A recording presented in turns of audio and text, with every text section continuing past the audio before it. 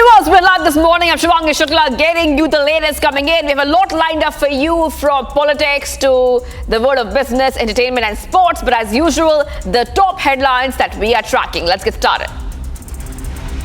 American Pistachio presents cracking news of the hour. ED arrests former Minister and Congress leader D. Nagendra in Karnataka Treasury loot case set to produce him in court tomorrow.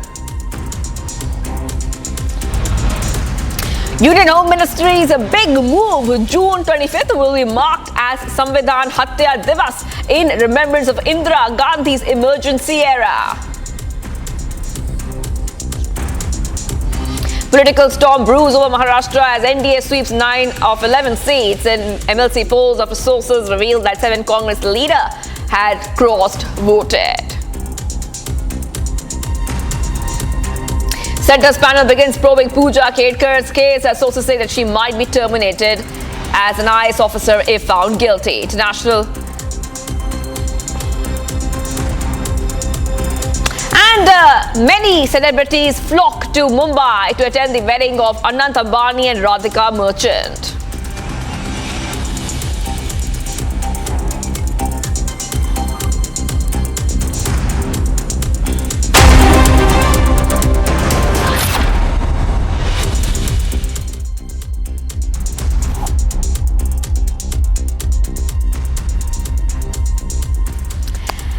We start with the top story we're tracking right now. The ED has made a big arrest in connection with the Karnataka Treasury loot probe. Former Minister and Congress leader B. Nagendra has been arrested by the ED after being grilled for over 2 days. Both the ED and SIT are intensifying their probe into the Karnataka Treasury loot. Take a look at this report to understand what's happened so far. A big development in the probe into the Karnataka Treasury loot case. After the grueling quizzing, the Enforcement Directorate arrested Congress leader B. Nagendra at 10:35 p.m. yesterday. He is expected to be presented in court later today. Republic confronted the former minister, who is now in the eye of the storm of the probe into the Karnataka Treasury loot.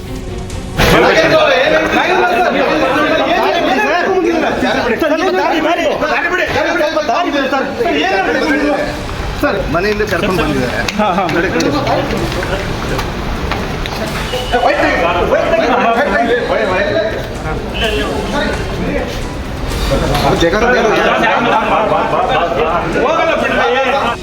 The ED is preparing a remand application to be submitted in court. As per sources, the remand application will contain details of the allegations against Nagendra and why his custody is needed.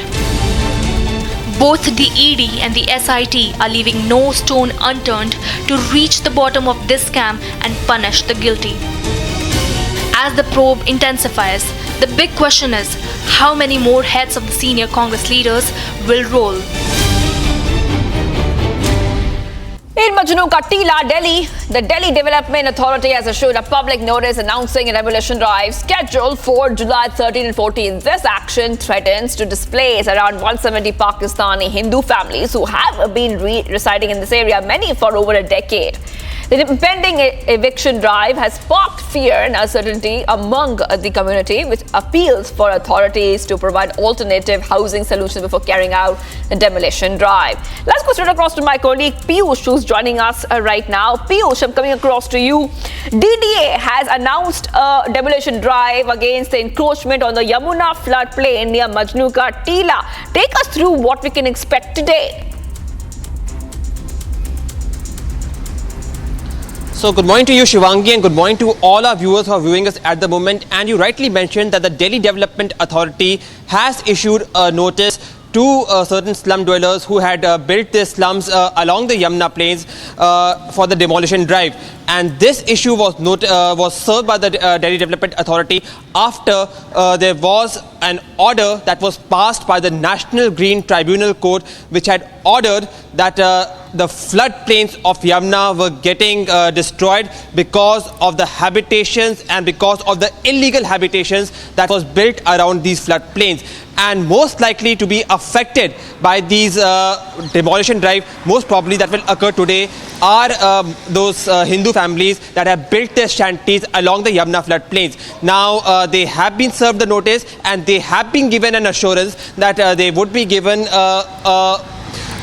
alternate housing to these people who are going to be affected by the demolition drive. It is going to be interesting to see, however, that will this assurance really satisfy these Hindu families who have come from Pakistan, because as we know, they have been affected by long, because first they came from Pakistan to India under adverse circumstances, and now with this demolition drive may occur, the difficulties for these Hindu families only will increase. So yes, it will be interesting to see that what is going to happen to these Hindu families. But yes, taking cognizance and taking the directive from the National Green Tribunal, the Delhi Development Authority might today undertake the demolition drive to protect the Yamuna floodplains, which has already been devastated to a large extent. Back to the studio. And thank you, Piyush, for getting us those details. And we're coming back to you as we'll be tracking this story very closely, where DDA will be carrying out a demolition drive in Majnu Ka Tila. And let's move ahead, viewers, to all the other stories that we're tracking here on Republic TV. And starting off with the other big controversy around the incident at Jaipur Airport, where a female SpiceJet staffer was caught on camera slapping a CISF personnel. New details have come out to light, showing how a request for a lady frisking officer has been pending for 7 months. Here's a report with all the latest that you need to know. Amid the controversy around the Jaipur airport incident, sources have revealed that the female airline staff got into an argument with the CISF personnel over frisking.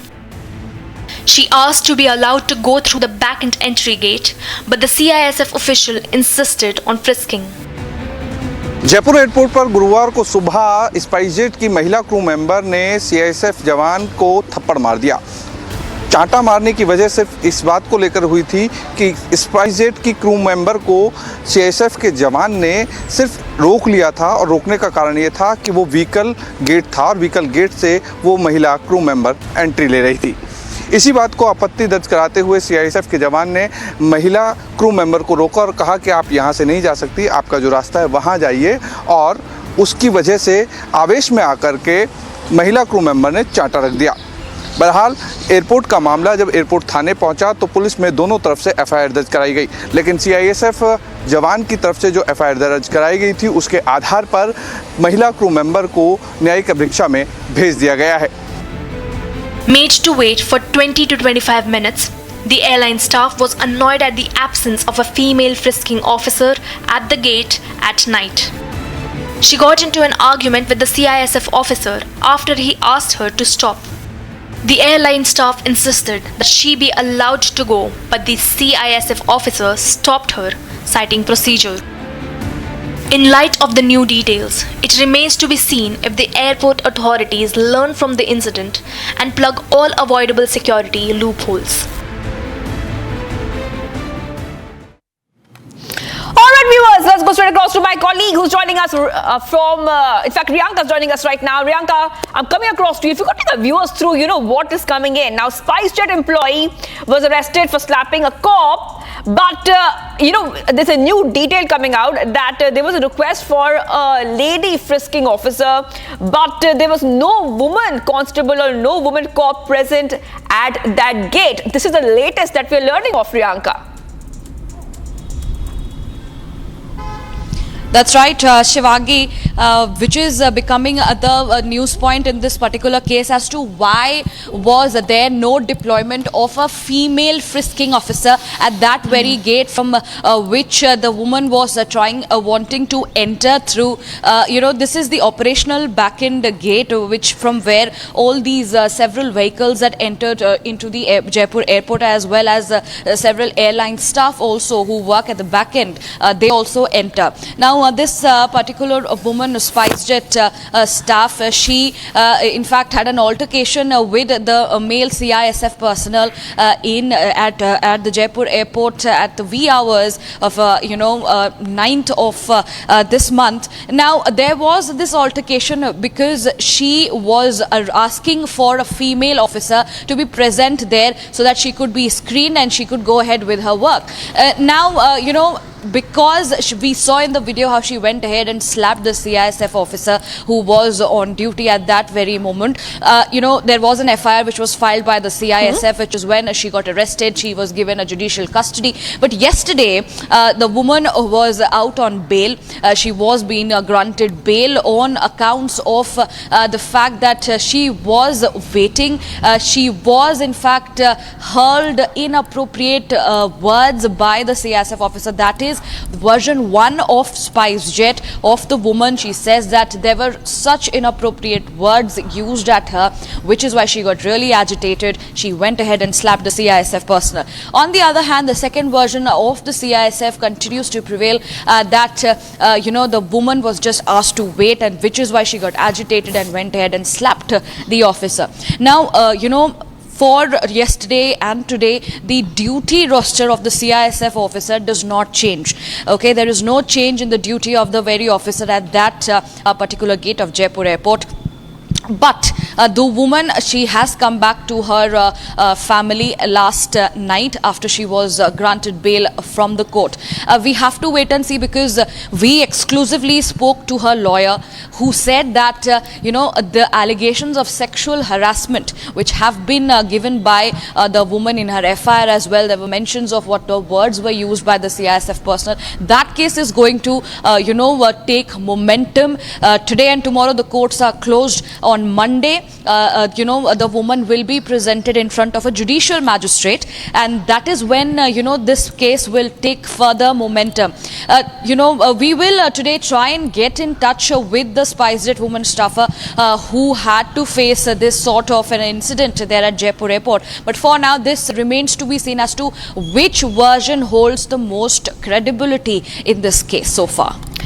Well, thank you, Riyanka, for getting us all those details. But Riyanka, let's have a look at what SpiceJet has said in the FIR. Take us through what the FIR says, and the SpiceJet employees right now in judicial custody. Take us through what the FIR says of SpiceJet, because they are saying that the CISF Jawan used inappropriate remarks and even asked her to come and meet him after his duty hours were over. So big allegations being made on both the sides. Absolutely. There were FIR and counter FIR which was filed. First, the CISF had filed its FIR against the lady staffer of SpiceJet, alleging that she has slapped the officer on duty as she got agitated, which is when she got arrested by the Jaipur police, and then subsequently was given a judicial custody. Soon after that, an FIR by her sister, the SpiceJet female staffer's sister, was filed, and then the matter went up to the court, and there were several arguments which was made, and then she was granted bail. Now, very strong words have been mentioned in the FIR which was filed by the from the side of the woman, which says certain things like alleging that the CISF personnel asked her to visit her after the duty hours. They also mention in the FIR that the CISF personnel asked, how much would you charge for one night? Such statements, such sexually harassing statements have been mentioned in the FIR, which is why the woman is going to push for her justice. As we spoke to her lawyer, we asked, what were your demands? What's the demands of the woman? They said, first up, they want justice for her, as she was sexually harassed by the CISF personnel. They pressed, he in fact pressed at the fact that if a CISF personnel hurls such abusive words, that does not show that he is an on-duty officer, as he is behaving in an unruly manner. And thirdly, they are demanding a presence of female frisking staff by the CISF at that very gate of the airport's operational center, so that any woman in future does not have to go through such a situation. All right, Riyanka, thank you for joining us with all those details. We'll be coming back to you, as of course we're seeing that a new information has come out that there was no frisking lady officer present at the spot when this incident happened, when the SpiceJet staff had slapped the Jawan. This is a very big story we're tracking. Let's move ahead right now to all the other stories that is making the news. Hello, Moto. Motorola, India's best 5G smartphone brand. Prime Minister Modi is set to visit Mumbai today to launch and dedicate projects totaling around approximately 29,400 crores. The PMO announced that he will inaugurate multiple initiatives related to road, railways and port sectors at the UNESCO Exhibition Centre in Goregaon at 5:30 p.m. Later in the evening around 7 p.m, PM Modi will inaugurate the INS Towers at the Indian News Service Secretariat in Bandra Kurla complex. New facility aims to modernize office space for Mumbai's newspaper industry. The highlight of the visit includes laying the foundation stone for the Thane-Borivali tunnel project worth around 16,600 crore. This tunnel spanning 11.8 kilometers beneath Sanjay Gandhi National Park will significantly reduce travel time between Thane and Borivali by 12 kilometers, saving commuters up to an hour. More projects will be unveiled during the visit.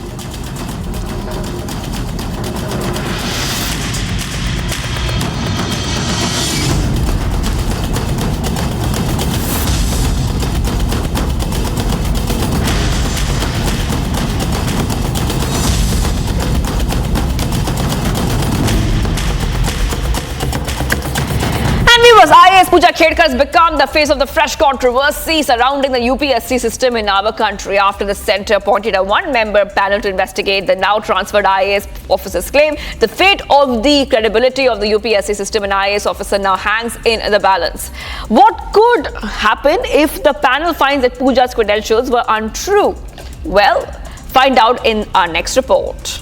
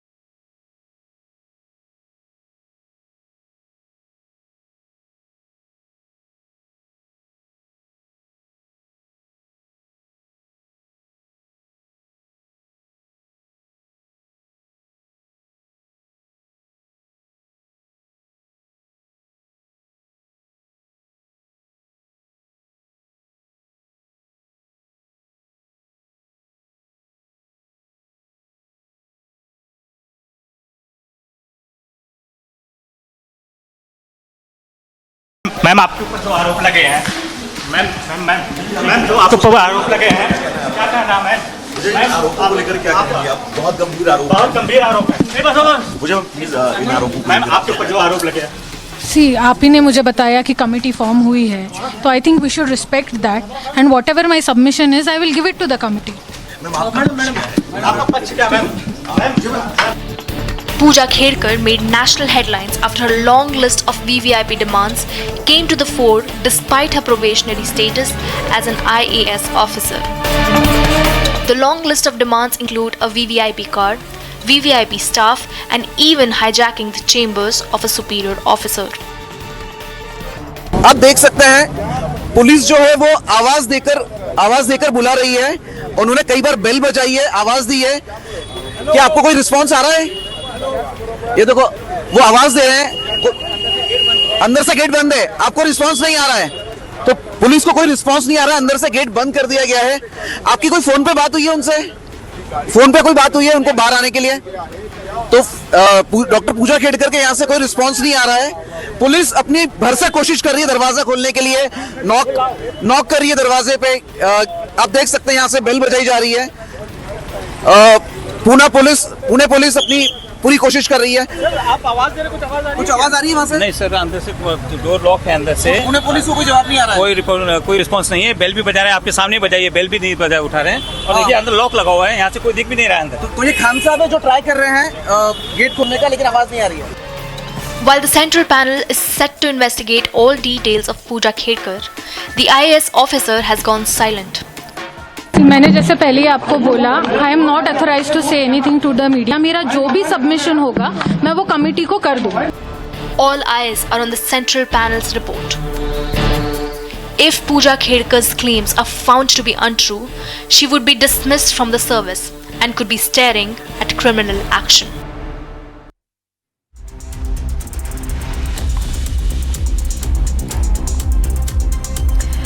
And confronted by your channel over TMC leader and Minister Firhad Hakim's divisive rant at a minority event in Kolkata, Chief Minister Mamata Banerjee loses her cool and threatens Republic. Watch this report for more.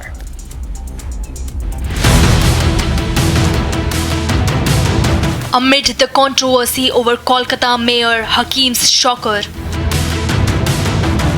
your channel, Republic TV, sought a response from Chief Minister Mamata at a joint press meet with Shiv Sena Chief Uddhav Thackeray in Kolkata. To a direct question on Hakim's remark, Mamata shockingly plays it down, calling it his quote-unquote personal comment. Asked if she supports Hakim's remark, the Chief Minister claims she is not aware of it. Firhad হাকিমের বক্তব্যে স্টেটমেন্টে আপনার কোনো reaction? আমি একটা কথা বলি, শুনুন, কে কি বলেছেন? আমরা যে রোজ আমি কারো স্টেটমেন্ট, আমি তাতে কি যায় আসে? ওর নিজের ওপিনিয়ন বলেছে। আপনি কি সমর্থন করেন? আমি এসব দেখিনি, শুনিনি। না, উনি বলেছেন আমি প্লিজ আমি একটা কথা বলি, আপনি কোন চ্যানেলে আমি একটা কথা বলি, এসব কোয়েশ্চেন আশা করি এখানে করবেন না। আপনার স্টেটমেন্ট পাওয়া যায় উদ্ধবজি আপনি জানলেন আপনি সমর্থন করেন?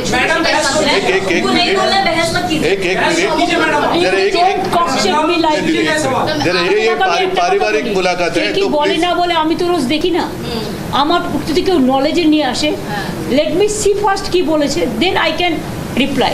Without seeing I cannot reply. No Uddhavji আপু Mamata snaps at Republic as your channel insists on a comment. The Bengal Chief Minister tells Republic not to ask such questions.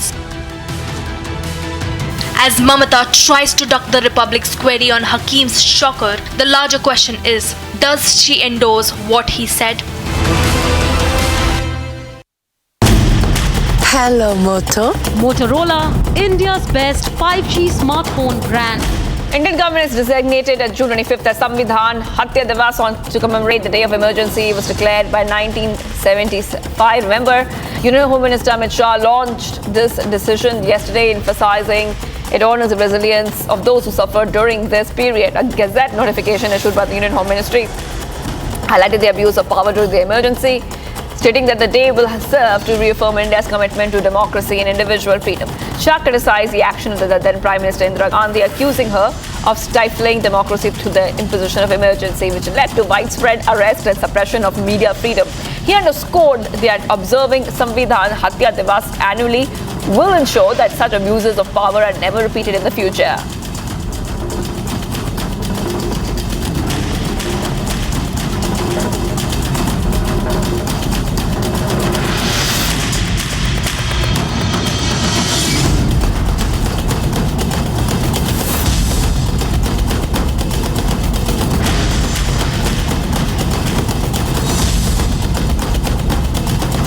A chilling rerun of the Worli hit-and-run incident at Gujarat's Rajkot. An elderly woman was hit by a speeding vehicle and fatally dragged under its wheels for 1.5 kilometers. Watch this report for more.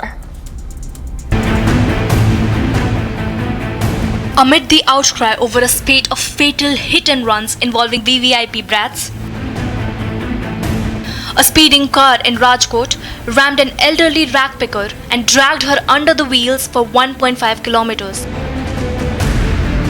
A case has been registered under new criminal laws, and sections pertaining to culpable homicide not amounting to murder could also be added. The incident bears chilling resemblance to the Worli hit-and-run case, where the son of a now expelled Shiv Sena leader hit and dragged a woman for almost 3 kilometers. Preliminary probe in Rajkot incident revealed that the killer car was driven by the owner's son-in-law, identified as Jayesh Davera. As the wheels of the justice turn in the Worli case following the arrest of the killer brat, police have set up teams to nab the Rajkot accused. With yet another fatal hit-and-run coming to light, the big question is, when will there be a deterrence against such incidents? In a veil swipe at Congress MP Rahul Gandhi, who has been openly advocating a nationwide caste census. Union Minister Nitin Gadkari has said that those bringing up caste in public discourse time and again will be kicked out. Watch this report for more.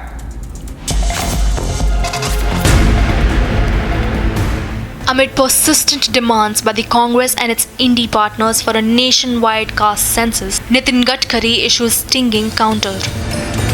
Addressing BJP workers at the state executive meeting of party's Goa unit, Gadkari says those talking about caste will get a befitting reply from the people. माझ्याही मतदारसंघात 22 लाख मतदार म्हणजे गोव्यापेक्षा जास्त double आणि 40% मुस्लिम आणि दलित आहे आणि सातत्याने काँग्रेस निवडून येणारा मतदारसंघ आहे आणि आता मी उभा होतो तो माझ्या इकडले 5 आणि तिकडले 5 लंबे झाले पूर्ण मी एकटा निवडून आलो पण मी लोकांना सांगितलं की मी जात पात पाळणार नाही जो करेगा जात की बात उसको कसके मारूंगा लात असं सरळ पब्लिकली सांगितलं. The Congress and its allies in the indie camp made caste census one of its key campaign planks for the Lok Sabha elections. Even as Gadkari strikes back the caste lobby, will it silence the voices in the opposition?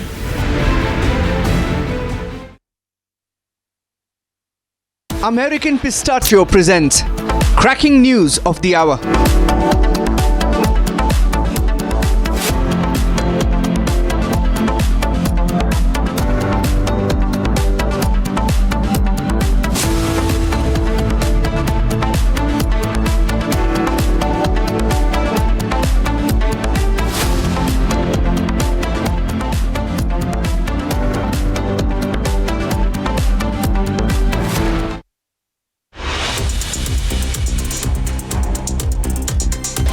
Following the directions by the National Green Tribunal, the Delhi Development Authority is going to go ahead to demolish the shanties that have been built along the Yamuna floodplains. The key question is, what is going to happen to those Hindu families that have situated along the Yamuna floodplains? Are there going to be alternate housing that is going to be provided to them? Stay tuned to Republic Media Network as we bring you minute-to-minute updates on this developing story.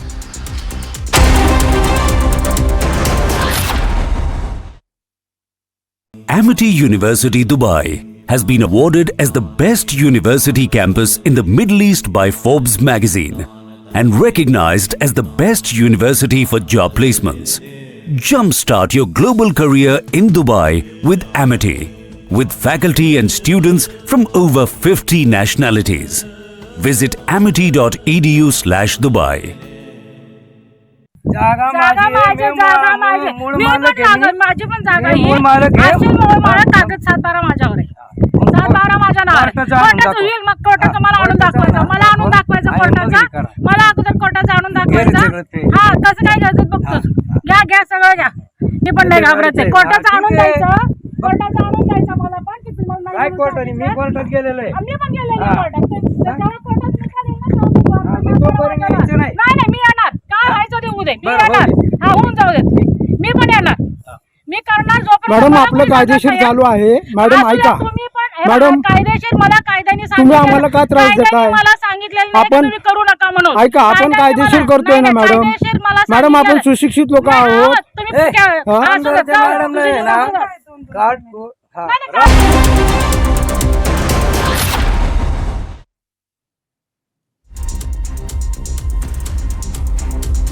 Motorola, India's best 5G smartphone brand. Viewers, top headlines. ED arrests former minister and Congress leader D. Nagendra in Karnataka Treasury loot case. Set to produce him in court tomorrow. In Home Ministry's a big move. June 25th will be marked as Samvidhan Hatya Divas in remembrance of Indira Gandhi's emergency era. Political storm brews over Maharashtra as NDA sweeps 9 of 11 seats in MLC polls after sources reveal that 7 Congress leaders had cross-voted. Centre's panel begins probing Pooja Kherkar's case. Sources say that she might be terminated as the IAS officer if found guilty. International and Indian celebrities have flocked to Mumbai to attend the wedding of Anand Ambani and Radhika Merchant.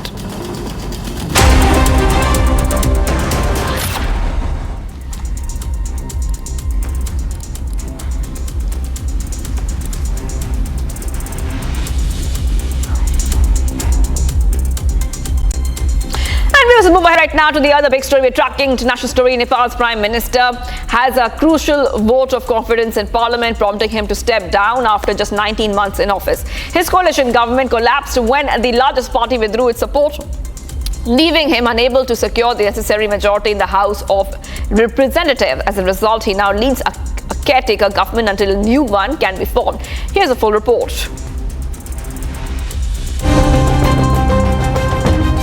A political storm has taken hold of Nepal. Prime Minister Pushpa Kamal Dahal lost a critical vote of confidence in Parliament, failing to secure the support of more than half of the members of the House. The sun has set on Pushpa Dahal's 19-month tenure as Nepal's Prime Minister. Dahal will lead a caretaker government until a new government is elected. Dahal was at the helm of the upheaval when the Communist Party of Nepal withdrew support. Dahal lost a key ally. And the ex-Prime Minister now stands as the 13th leader in the past 16 years, adding to an unstable political climate.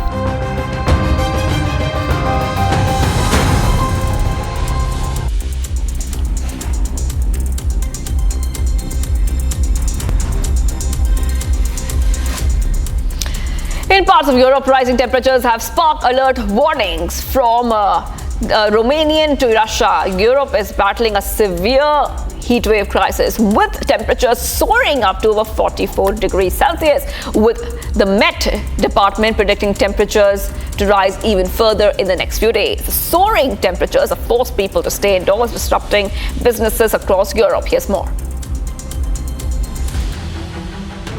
Parts of Europe are reeling under severe heat waves that have sparked several alert warnings. In Romania, temperatures soared up to 44 degrees Celsius.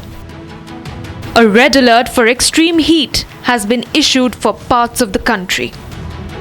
Commuters are struggling to travel in buses and trams without air conditioning and are using umbrellas and hand fans to fight the heat. Cel mai dificil este momentul în care te afli în zone deschise, unde nu este niciun fel de umbră și acolo, într-adevăr, simți dogoarea asfaltului așa cum îți dă în față. În rest, nu e atât de dificil cât timp te miști. E suportabil. Bine, special mi-am cumpărat acum și ochelari de soare și șapcă, tocmai ca să mai reduc cât de cât efectul căldurii soare, nu mă încing foarte tare.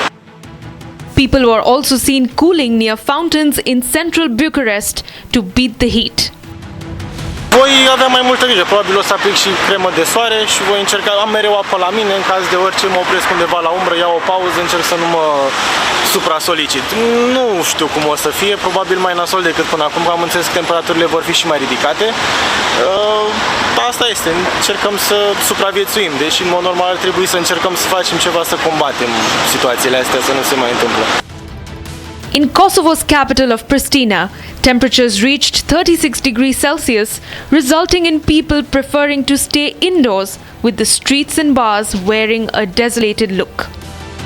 Për momentin ku është shumë nxehtë, sidomos gjatë ditës, temperaturat po rriten edhe është shumë në dëm të biznesit, se në këtë nxehtë edhe njerëzit nuk dalin, edhe na dëmton shumë neve në biznes. Mbas dite pak kemi punë, sidomethënë prej orës 8:30 deri në orën 10:30 të mbrëmjes, a kështu gjatë ditës 5-7 si hapim lokalin deri në orën 12 të natës. Neve punojmë veç 3 orë gjatë ditës për shkak të temperaturave të najta. The heat wave is expected to continue for several days and temperatures are expected to rise further. Experts blame human-induced climate change behind rising temperatures, increasingly unpredictable storms and heat waves.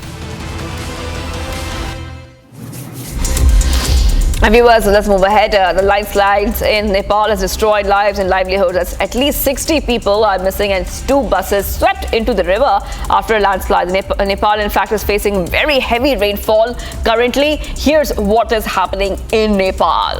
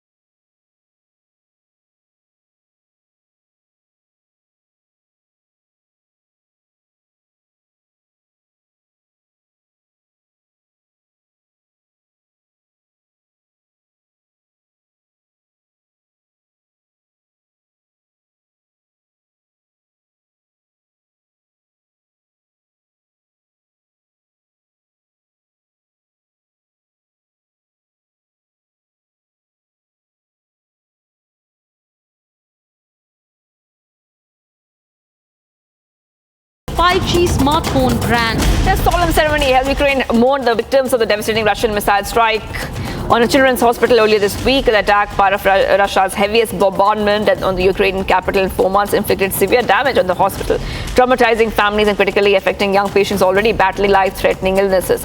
Director General of the hospital, Vladimir Zohavir, has now addressed the gathered staff and mourners, acknowledging the profound grief that unites them in solidarity. The 10-story hospital, which serves as Ukraine's largest medical facility for children, was caring for 627 patients at the time of attack, as reported by Viktor Leosko, Ukraine's health minister.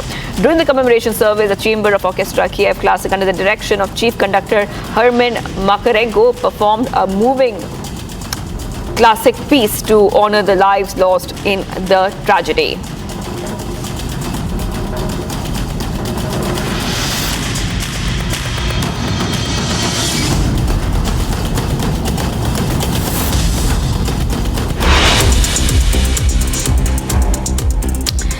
President Joe Biden is in Michigan, aiming to shore up support for lawmakers, donors and voters as he faces questions about his ability to continue leading. Michigan is crucial in Biden's strategy to win re-election, part of what his campaign calls the Blue Wall State.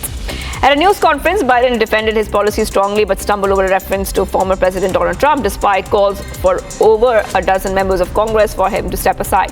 Biden remains focused on his campaign efforts. Setback for SpaceX, a Falcon 9 rocket experienced its first failure in almost 10 years, resulting in 20 Starlink satellites being placed in the wrong orbit. The incident occurred during a Thursday's night launch from California, when the rocket's upper stage engine encountered a malfunction shortly after liftoff. Although the satellites were successfully deployed, communication was established with only half of them. Efforts to correct their orbits were unsuccessful, meaning that those satellites were expected to re-enter the Earth's atmosphere and burn up. The Federal Aviation Administration has mandated that SpaceX address the issue before any Falcon rockets can be cleared for future launches. The incident marks a significant challenge for SpaceX, which has maintained a strong track record in commercial space flight.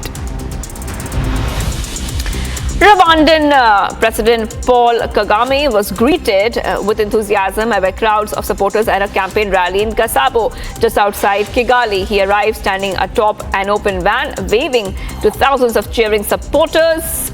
Kagame then stepped off the van and led the crowd and chanted slogans of his party, the Rwanda Patriotic Front. Addressing the supporters, Kagame expressed gratitude in advance for their backing and urged them to stay focused on important issues, ignoring distractions from critics. The rally marked the final stretch of Kagame's campaign ahead of Monday's presidential elections, where he has been running virtually unopposed after nearly 3 decades in power.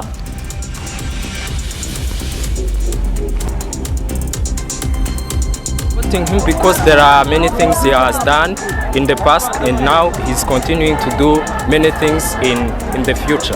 So we are very happy because, as you can see, there are many things that you can count on what our president has done. Situation in Haiti remains dire as gang violence grips the nation, prompting a strong call for peace and stability from local communities. Adam Vosser-Nuru, a senior official from the UN's humanitarian office, recently visited Haiti to assess humanitarian situation and discuss solutions with local authorities. Since the assassination of President Jovenel Moise in 2021, gang activity has surged, with reports suggesting that they now control a significant portion of the capital. This has led to a spike in violent crimes, including killings and kidnappings, leaving Haitians desperate for a return to normalcy. Responding to the crisis, Haiti has requested international assistance, resulting in multinational efforts led by Kenya. Over 1,000 police officers are being deployed, with initial contingents already on the ground and more expected from countries like the Bahamas, Bangladesh and Jamaica. UN's intervention aims to restore security and enable Haitians to reclaim their lives amid ongoing turmoil. Haiti are asking for 3 things. They're asking for peace, they're asking for the gang violence to stop, they're asking to reclaim their country back. Children I interacted with, several children also in Bonaïve, in Lekai, but also in Port-au-Prince, asking to be able to go back to school. The children I met want to be doctors, want to be lawyers, want to be teachers, want to be nurses. The people of Haiti are tired of the violence. The people of Haiti want to return to their life. In response to severe prison overcrowding, Britain's new Justice Secretary Shabana Mahmood has announced emergency measures to avoid a crisis following the Labour Party's recent election win. Mahmood emphasised the urgent need to prevent a breakdown in prison system. The plan includes early release for thousands of prisoners by reducing the mandatory serving time before release. This move aims to alleviate the overcrowding crisis currently gripping prisons in England and Wales. Despite previous efforts by Rishi Sunak's government to ease overcrowding by early releases and using police cells for overflow, the situation remains critical.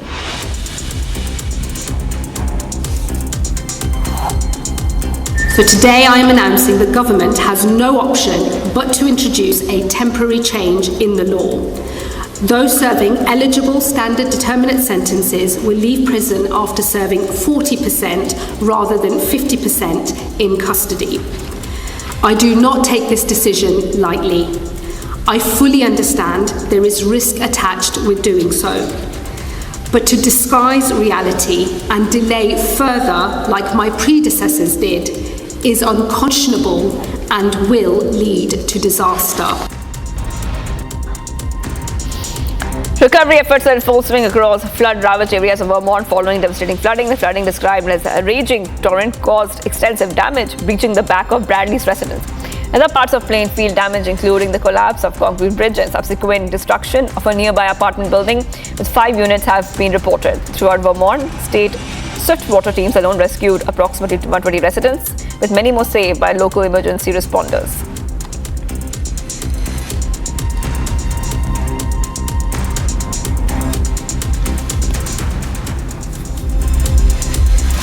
Mumbai's Geo Convention Centre turned into a global stage of glitz and glamour as the wedding gala of Mukesh Ambani's youngest son, Anant Ambani, unfolded in spectacular fashion.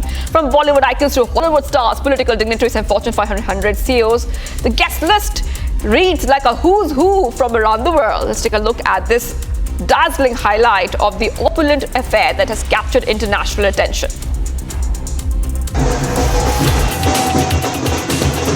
Mumbai witnessed a dazzling spectacle as global luminaries gathered at the Geo Convention Centre. The wedding gala of Mukesh Ambani's youngest son, Anant Ambani, captivated the world stage. Renowned for its opulence and star-studded guest list, the wedding ceremony drew global attention. Celebrities from all spheres descended upon the Geo Convention Centre.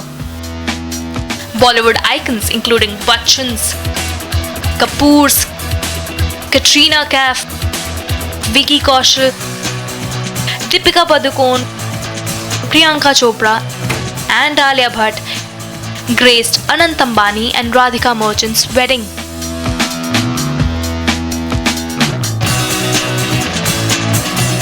Meanwhile, Hollywood's elite also turned out for the grand occasion. A unifying theme was everyone adorned in the grandest Desi attires for this spectacular event. The Kardashians captured the limelight during the festivities. Before arriving at the venue, they immersed themselves in local culture by ditching their luxury cars for an auto rickshaw ride. Sporting broad smiles and sending flying kisses, Kim and Chloe cruised Mumbai's bustling streets in a tuk-tuk rickshaw. John Cena, the international wrestling star and actor, arrived in a blue kurta, striking his signature pose. This is just a glimpse of the illustrious guest list. Political dignitaries such as Mamata Banerjee, Lalu Prasad Yadav were also in attendance. While global figures like former UK Prime Minister Tony Blair, Boris Johnson, former US Secretary of State John Kerry, and former Canadian Prime Minister Stephen Harper added to the international flair. The list continues with Fortune's 500 CEOs like Samsung's Han Jong-hee participating in the grand affair. The night also featured futurist Peter Diamandis, artist Jeff Koons, and self-help guru Jay Shetty, all converging under one roof. Anant Ambani's wedding is set to be etched in history as one of the world's most extravagant ceremonies.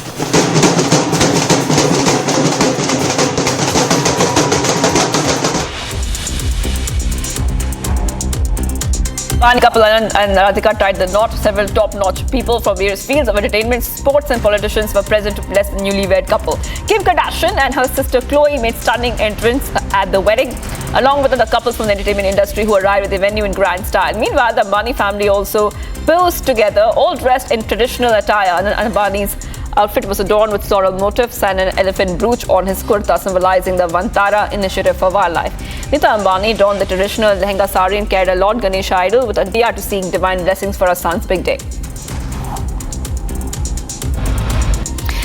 New Mexico judges have put an end to Alec Baldwin's involuntary manslaughter case. The case concluded on the third day of trial with a decision that it cannot be refiled. The judge dismissed the case with prejudice due to police and prosecutors' misconduct in withholding evidence from the defense regarding the shooting of a cinematographer, Halyana Hutchins, on the set of film Rust. Baldwin became emotional as the final result of the case was announced. In fact, the judge stated that the late discovery of his evidence during trial had hindered its effective use and also affected the fundamental fairness of the proceedings. But the defense argued that the prosecution hid evidence from them related to ammunition possibly connected to the shooting. However, the prosecution stated that the ammunition was not related to the case and was not concealed. Actor Idris Elba alongside King Charles and newly appointed Prime Minister Sir Keir Starmer has now convened in London to engage with young people on pressing issues they encounter today. The event held at St. James Palace focused on topics such as youth violence, mutual support and the significance of mentorship. Many of the attendees were young individuals who had collaborated with the King's Trust, previously known as the Prince's Trust. The gathering aimed to foster meaningful discussions and explore solutions to challenges faced by youth. Home Secretary Yvette Cooper and Culture Secretary Lisa Nandi were also in attendance, underscoring the government's commitment to addressing youth-related issues and supporting initiatives to empower young people.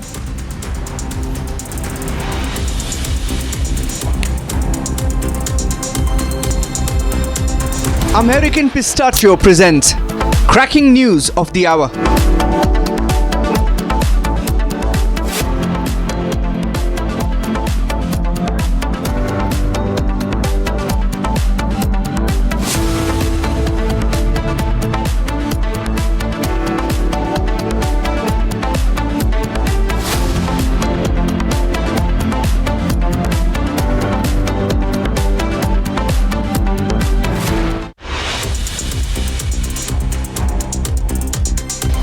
Following the directions by the National Green Tribunal, the Delhi Development Authority is going to go ahead to demolish the shanties that have been built along the Yamuna floodplains. The key question is, what is going to happen to those Hindu families that have situated along the Yamuna floodplains? Are there going to be alternate housing that is going to be provided to them? Stay tuned to Republic Media Network as we bring you minute-to-minute update on this developing story.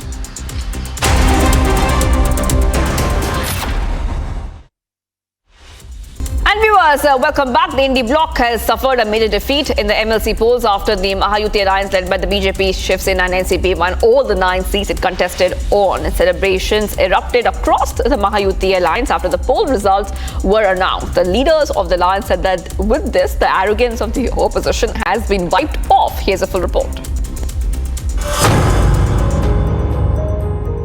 The Maha Vikas Aghadi suffered a massive setback in the MLC polls as the ruling Mahayuti alliance won 9 seats out of 11. The Mahayuti alliance of the BJP, Shiv Sena and NCP won all the seats it contested on. Googly ने batting मजबूत हो गई और पूरे उनकी wicket निकाल दी, इसलिए दोनों भी यहाँ पर है और तीसरे हमारे अजीत दादा भी है। हमने कहा था, विश्वास था कि पूरे 9 के 9 लोग हमारे जीतेंगे। कई लोगों ने उसमें कहा था, कुछ चैलेंज भी दिया था कि ये चमत्कार होगा, ये होगा। अभी चमत्कार होगा है। निश्चित रूप से महायुति की हमारी 9 की 9 सीट चुन के आई, नवरत्न हमारे चुनकर आए हैं। बहुत ज्यादा हमें खुशी है। महाविकास आघाड़ी का जो अहंकार ये आसमान पहुंच गया था लोकसभा चुनाव के बाद, वो अहंकार को उनके ही पार्टी के लोगों ने विभीषण बनकर इस रावणी अहंकार को मिटा दिया। एमएलसी का चुनाव मैं जीत गई हूँ, मेरे सहकारी भी सारे कैंडिडेट जीत गए, मैं बहुत खुश हूँ और मैं यही कहना चाहूंगी कि इससे एक जोश भर गया है हमारे पूरे कार्यकर्ताओं में, पूरे वातावरण में, और ये एक विधानसभा की पूर्व तैयारी हम इसे मानते हैं। उनको पूरा आत्मविश्वास था कि हम सारे के सारे चुन के आए। Now listen in to what Shiv Sena MP Anil Desai had to say. बहुत खुशी आप देखें कि जिस तरह से सामने से जिस तरह से प्लानिंग हो रही थी, हमारे पूरे वोट्स बरकरार रहे, हमारे मित्र पक्ष के भी वोट्स आए और मिलिंद जी की जीत हुई। 24 पूरे वोट्स उनको मिले, 23 का कोटा था, 22.83 का, और शानदार जो जिस तरह से मिलिंद नार्वेकर जी का शिवसेना पार्टी में, शिवसेना उद्धव बाला साहेब ठाकरे पार्टी में काम है, उसी के मुताबिक आज उनको जीत हासिल हुई। Cracks appeared in the Indie bloc as 7 Congress MLAs cross-voted for Ajit Pawar. Congress, which has 37 MLAs, had fixed a quota of 30 first preference votes for its candidate Pradyana Sattav. Remaining 7 votes were to go to Shiv Sena candidate Milind Narwekar. When the results were declared, Pradyana Sattav got 25 and Narwekar received 22 first preference votes. This meant that 7 Congress MLAs defied the party's directive. 5 विधायकों ने हमें support किया है, उनका मैं शुक्रिया अदा करना चाहता हूं और धन्यवाद भी देना चाहता हूं और सबका अभिनंदन करना चाहता हूं। चुनाव जब रहता है तो एलिगेशन होते हैं, एलिगेशन के बारे में मैं ज़्यादा नहीं सोचता, अपना काम करने का, विकास करने का और विकास के रास्ते से आगे जाने का। 12 candidates were in the fray for the 11 seats in the upper house of the state legislature, where the 274 current members of the Legislative Assembly form the Electoral College. The election was made necessary as 11 MLCs are completing their 6-year term on July 27th. American Pistachio presents Cracking News of the Hour.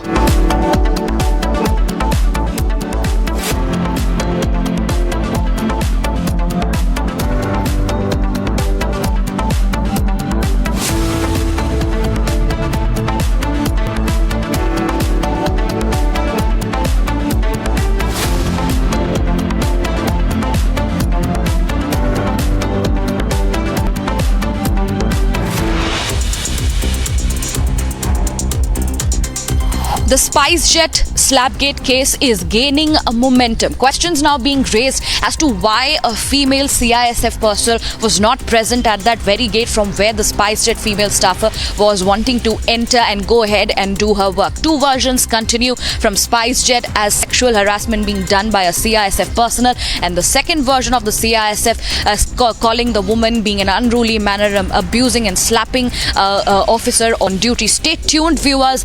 We will continue with our rolling coverage in this very case after this short break.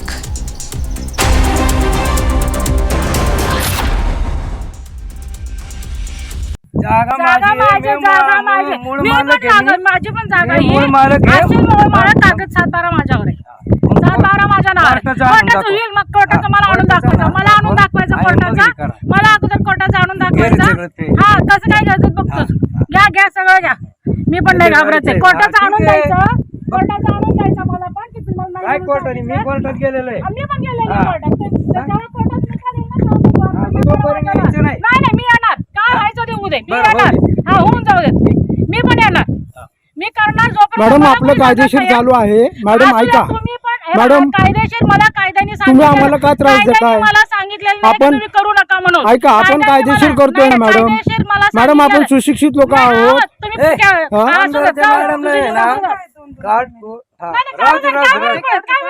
पण काढा कोर्टात case चालू तोंड दाखव तुझं मला तुझं तोंड तर दाखव तुम्हाला जर सांगितलं असलं तर मला दाखवा कागद की करू नका म्हणून की मग मी बघते की कागद जमीन करू नका म्हणून.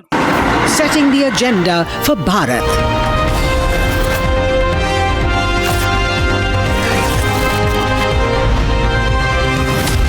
You're watching Republic.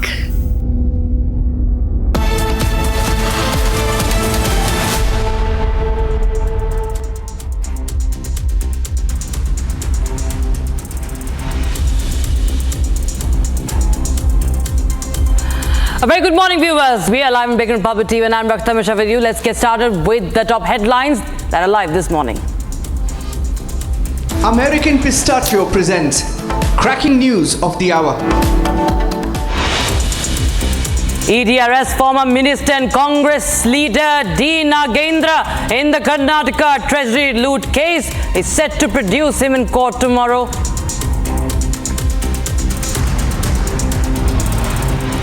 The Union Home Ministry's big move, June 25th, will be marked as Samvidhan Hatya Divas in remembrance of Indira Gandhi's emergency era. Political storm brews over Maharashtra as NDA sweeps 9 of 11 seats in the MLC polls after sources revealed that 7 Congress leaders had cross-voted.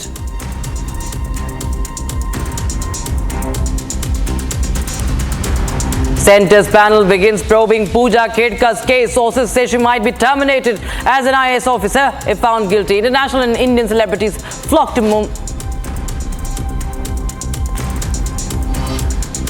International and Indian celebrities flocked to Mumbai to attend the wedding of Anant Ambani and Radhika Merchant.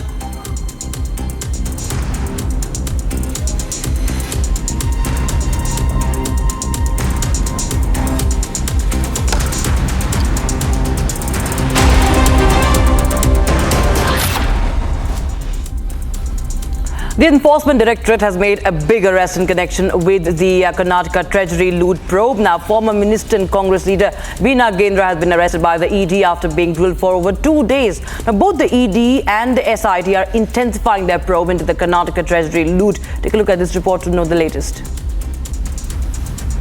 A big development in the probe into the Karnataka Treasury loot case.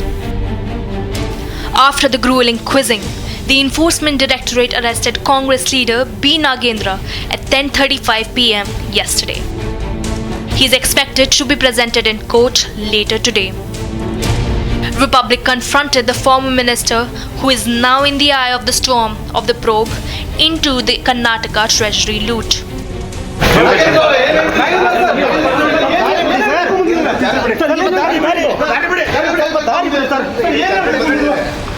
ಮನೆಯಿಂದ ಕರ್ಕೊಂಡು ಬಂದಿದ್ದಾರೆ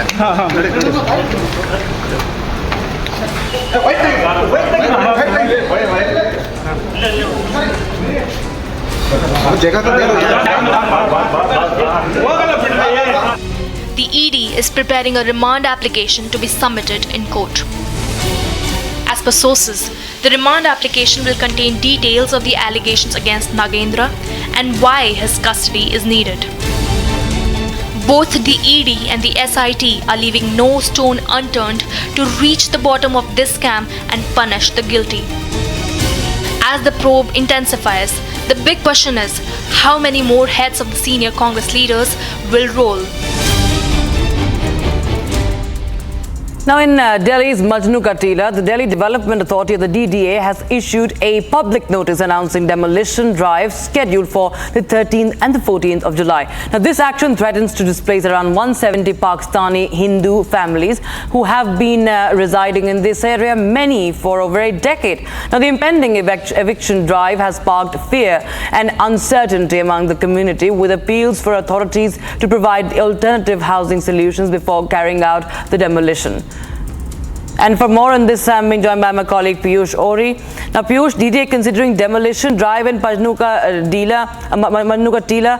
Now, tell us what is the response, as there are many families who have settled down from across the border, and as many, more than 100 of them. So good morning to you, Rakshita, and good morning to all our viewers who are viewing us at the moment. And when I speak, I would just request my video journalist to just show the visuals over here. Now, this is the shanties of the Pakistan Hindu refugees that have been served the notice by the Delhi Development Authority. And this notice has come after there was a directive that was given by the National Green Tribunal, which had observed that the floodplains along the Yamuna, in which these shanties have been developed illegally, as one would say, was destroying the floodplains. Now, following the notice that has been served to these refugees or to these Pakistan Hindu people who have come from across the border, the there has been a slight reprieve for these people because they have been able to get the stay order of the demolition drive from the Delhi High Court. However, the trouble still seems to be not going away because there is that kind of anxiety. Let us just have a word with them. We are going to have a word with them to make our viewers understand about what exactly is the situation over here. नमस्ते, जय सीताराम। पहले मेरे को बताइए ज़रा कि आपको DDA जो सरकारी एजेंसी है उन्होंने आपको नोटिस दिया गया है, क्या बोला गया है, कुछ ज़रा बताएंगे? बस सरकार की, हम तो कल भी गए थे वहाँ पे, थाने पे गए थे, हमने वहाँ पे कहा भाई जब तक सरकार आप लोगों को स्टे नहीं देगी, कोर्ट स्टे नहीं देगी, और सरकार जब तक आप लोगों को हाथ नहीं डालेगी तब तक तो DDA वाले कह रहे हैं जब तक हम यहाँ से आप लोगों को यहाँ पे तोड़ना पड़ेगा, घर वर सारा तोड़ना। कुछ आपको नोटिस दिया है, आपको बोला गया कि आज तोड़ेंगे, मेरे ख्याल से आपको कुछ स्टे ऑर्डर मिला है मेरे ख्याल से, तो आज शायद आज की बात तो नहीं चली है, मगर वो 13 तारीख को कह रहे हैं, कोई 14 तारीख को कह रहे हैं, मगर हम तो सरकार को यही कह रहे हैं, हम तो जो मूल सुविधा रहती है, ये बेचारे सारे के सारे हिंदू शरणार्थी जो कैंप में जो पड़े हैं, सब गरीब लोग हैं, ये कहाँ पे जाएंगे? आपको घर मिला है कोई? ऐसे घर और कोई भी नहीं मिला है। तो मैं ये सरकार को कहना चाहता हूँ, उनको मूल सुविधा जो रहती है, जो इंसान को देना चाहिए, जो ये बेचारे सारे भटक जाएंगे, इनको देना चाहिए सुविधा, तो वहाँ पे ये बेचारे चले जाएंगे। आपके पास कब आए थे DDA वाले और कितने परिवार वाले हैं यहाँ पे? हमको इतना बोलना नहीं आता। कितने परिवार वाले हैं यहाँ पर? यहाँ पे 170-180 परिवार हैं यहाँ पे, सारे के सारे यहाँ पे सब गरीब लोग हैं। सरकार, हम भारत सरकार को हम कह रहे हैं, देश के प्रधान। DDA वाले कब आए थे भैया? ये परसों आए थे। So here you just got to see that one of the persons who might get affected if the DDA carries out the demolition drive told to us, as what he claims that so far they have not been given any alternate housing. In fact, the notice that has also been accessed by us, we have observed that they have been given temporary shelters in certain night shelter homes. However, is that going to be enough? Because if the demolition drive does go through, it is definitely going to affect these people who are financially weak. So yes, even if the directive has been given by the National Green Tribunal to destroy these shanties because it affects the floodplains, there has to be now a provision that also needs to be given to these Hindu families who have come across the border and have already faced a lot of difficulties. Back in the studio. Absolutely, absolutely. So, but what are you picking up? Because there is still no confirmation from the authorities, you know, Piyush. What are you picking up from your sources as far as the DDA is concerned? That is this going to happen or not? And what is the response of the authorities, in fact, on this? So, Rakshita, while I speak, I would again just request my video journalist VJ Manish Kakroti to just show the visuals over here. Now, there is no doubt that these shanties are built illegally. There is no doubt that these shanties does destroy the floodplains of Yamuna, and there is no doubt that the National Green Tribunal in its directive has definitely given appropriate order to destroy these shanties because it observes that these shanties are adversely affecting the floodplains. However, keeping in mind that there are a lot of families which are financially weak that are going to be affected, it also does become a major responsibility for the government agency that will carry out these demolition drive to give them a shelter. Now, as what we have been told is that they have these residents over here, after getting advice from their legal team, have been able to get a stay temporarily. However, is that going to be enough? Only time will tell. But what we have been told is that there is a possibility that perhaps because of the stay order these residents have been able to get from the legal team in the Delhi High Court, the demolition drive might not occur perhaps today. But this is just a temporary stay, as what we have been told that the stay is till September, but it's only going to be now, the only time will tell that will the government agency wait till that time, or will they go ahead and carry forward the demolition. At the moment, there is no activity over here, so there is a possibility that the demolition drive, at least over here in this location, where the 170 Hindu families, Pakistan Hindu families are staying, might not happen today. Back to the studio. All right. Thank you so much, Piyush, for joining us with the updates coming in from Majnu Katila. My colleague Piyush getting us that latest update from Ground Zero with the demolition drive, which is possible in Majnu Katila.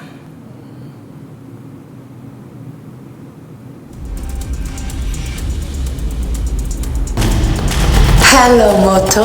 Motorola, India's best 5G smartphone brand. Right, the Prime Minister is all set to visit Mumbai today to launch and dedicate projects totaling approximately 29,400 crore rupees. The results for the by-polls held in 13 assembly constituencies across 7 states will be declared today.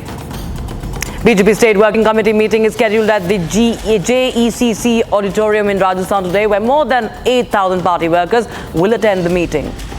Delhi Development Authority has issued a public notice announcing a demolition drive scheduled for July 13 and 14 in Delhi's Majnu Katila.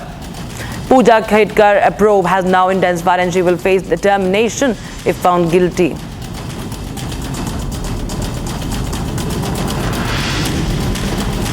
IAS Pooja Khedkar has become the face of a fresh controversy surrounding the UPSC system in our country. Now, after the centre appointed a one-member panel to investigation, the now transferred IAS officer claims that the fate of the credibility of the UPSC exam and the IAS officer now hangs in balance. What could happen if the panel does find Pooja's credentials were untrue? Find out in this report.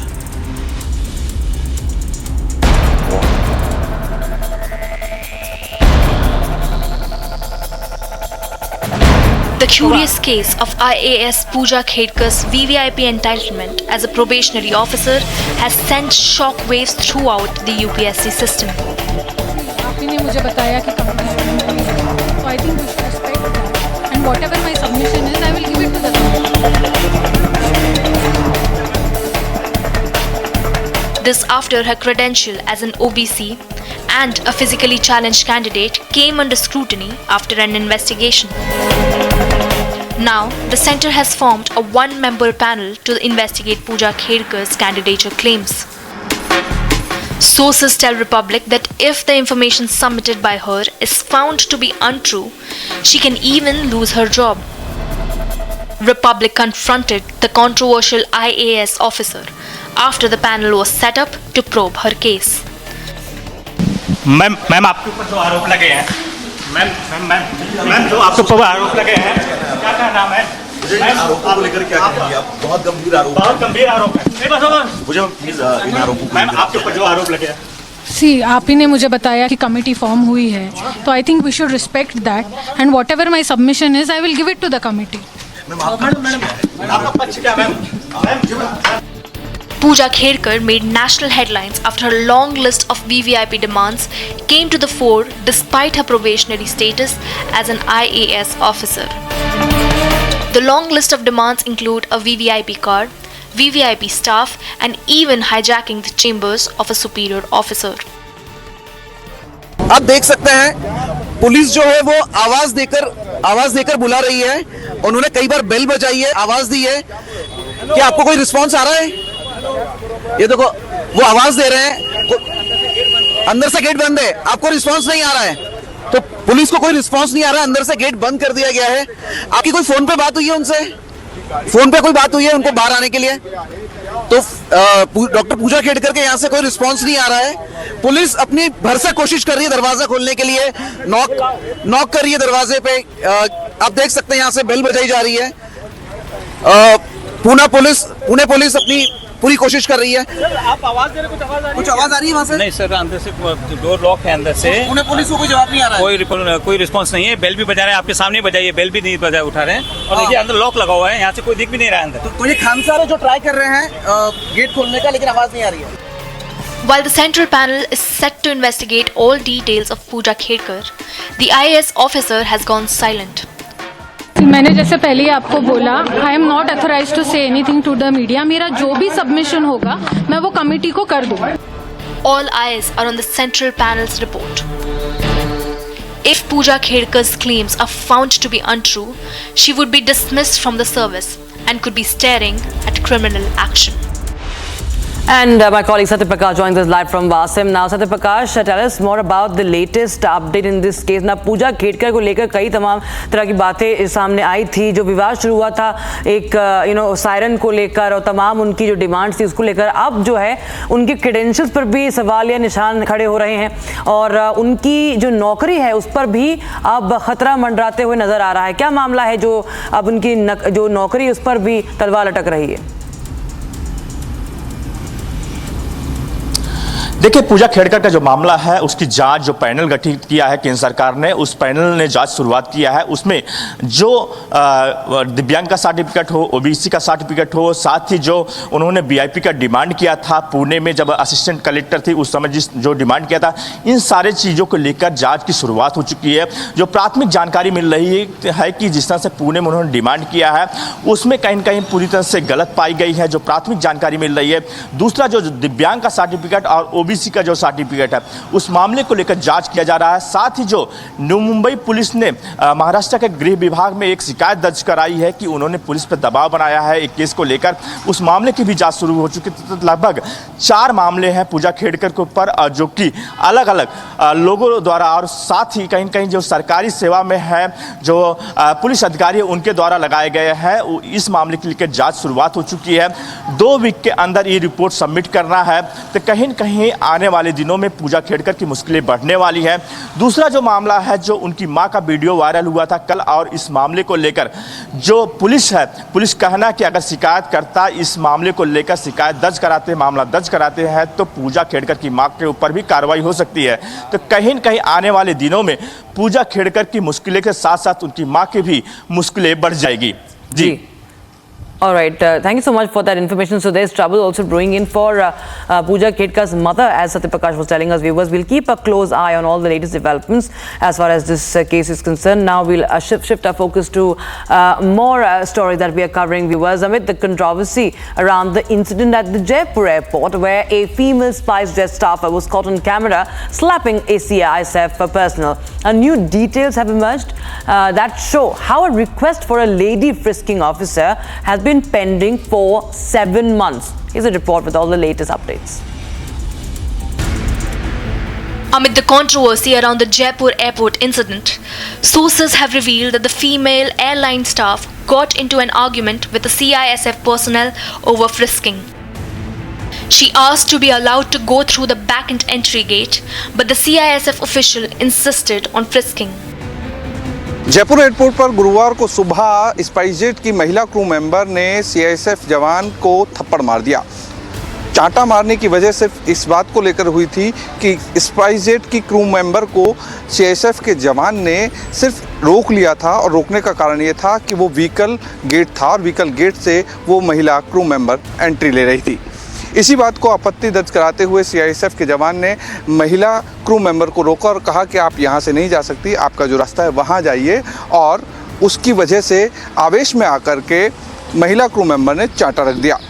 बहरहाल airport का मामला जब airport थाने पहुंचा तो police में दोनों तरफ से एफआईआर दर्ज कराई गई, लेकिन सीआईएसएफ जवान की तरफ से जो एफआईआर दर्ज कराई गई थी उसके आधार पर महिला क्रू मेंबर को न्यायिक परीक्षा में भेज दिया गया है.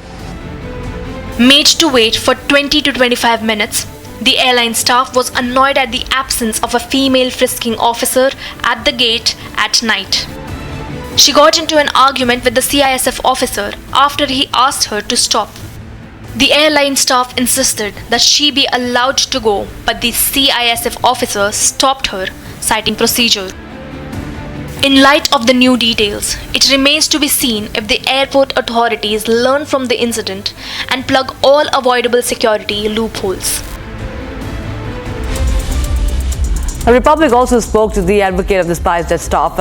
Take a listen into this conversation. Momentum, and at this point in time I am joined exclusively by advocate Deepak Chauhan, who has represented the SpiceJet female staffer in this particular case. We'll go ahead and speak with him. Sir, आप काफ़ी closely ये case को आप देख रहे हैं, आप represent कर रहे हैं जो SpiceJet की फीमेल स्टाफर हैं. इस पे क्या कहना चाहेंगे, अभी क्या अपडेट है सर केस पे?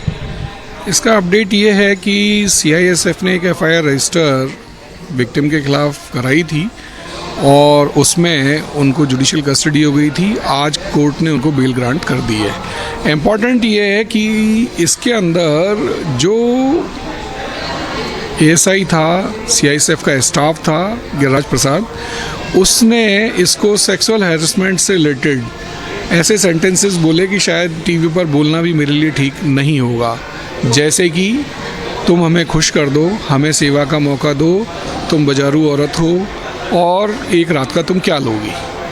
अगर ऐसी लैंग्वेज किसी महिला से बोली जाएगी तो निश्चित रूप से सडन एंड प्रोवोकेशन होगा ही होगा, और उसी के तहत उसने आवेग में आके वो थप्पड़ मार दिया।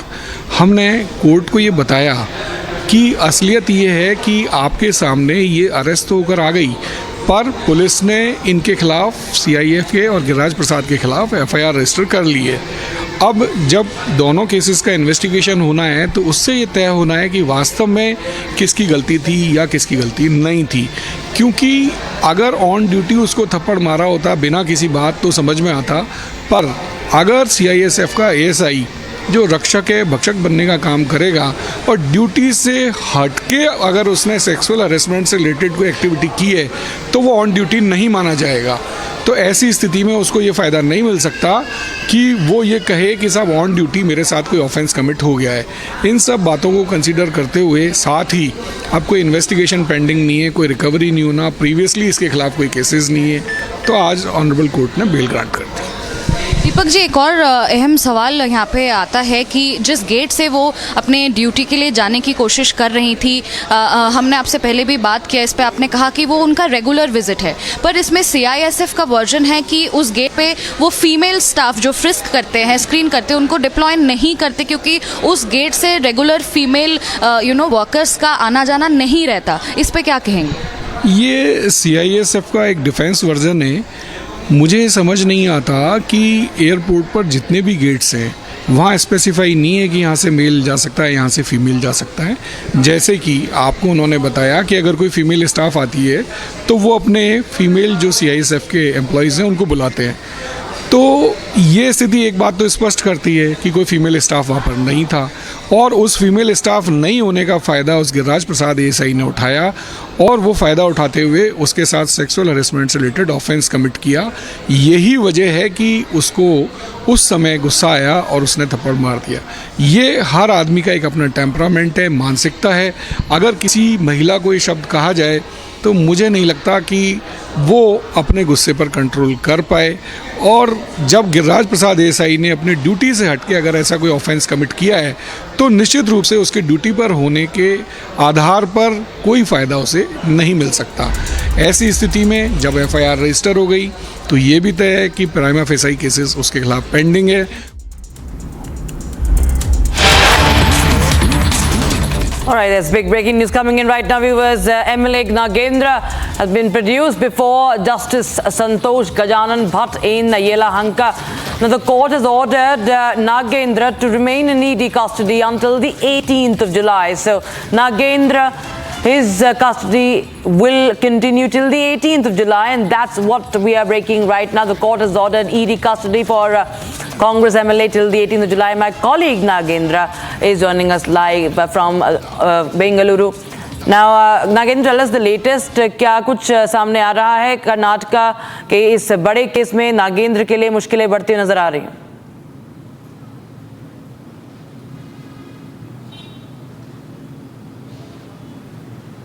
रक्षिता, एब्सोल्युटली करेक्ट। ये बड़ा बात है क्योंकि अभी नागेंद्र का गिरफ्तार हुआ है ना, ईडी लोग रात को उसको मेडिकल चेकअप करवा के सुबह 6 बजे को उसको जज का घर को लेके जाके जज का सामने उसको पेश किया जाए। बाद में उसको ईडी कस्टडी को भी लिया है। अभी हम लोग उसको रिएक्शन पूछा, आपका गलती क्या है, इस पे आपका क्या बोल सकते हो? उन्होंने बोला मेरा गलती कुछ नहीं है।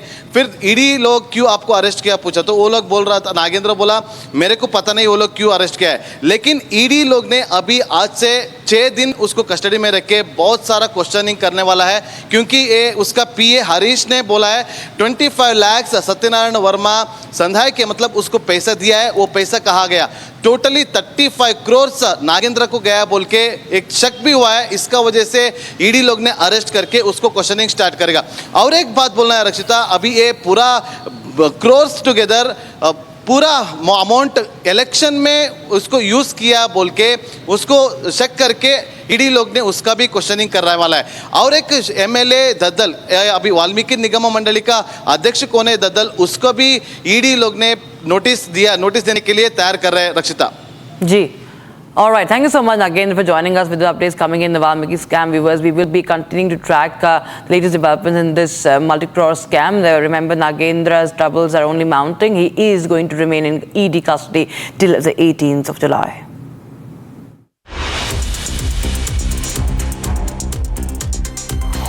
Following the directions by the National Green Tribunal, the Delhi Development Authority is going to go ahead to demolish the shanties that have been built along the Yamuna floodplains. The key question is, what is going to happen to those Hindu families that have situated along the Yamuna floodplains?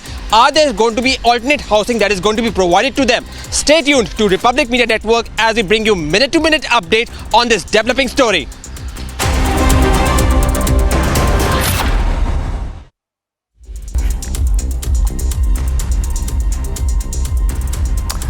A very good morning, viewers. You're watching Republic TV with me, Rakshita Mishra. Let's take a look at all the top story making headlines at this hour.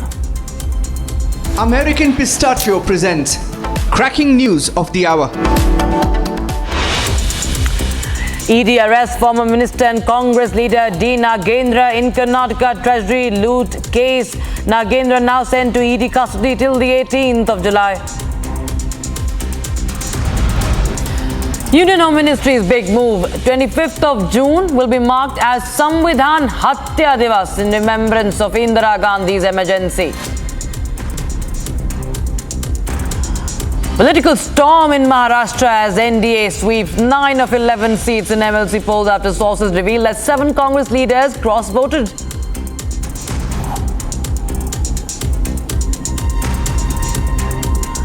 Centre's panel begins probing Pooja Ketkar's case. Sources say she might be terminated as an IAS officer if found guilty. International and Indian celebrities flocked to Mumbai to attend the wedding of Anand Ambani and Radhika Merchant.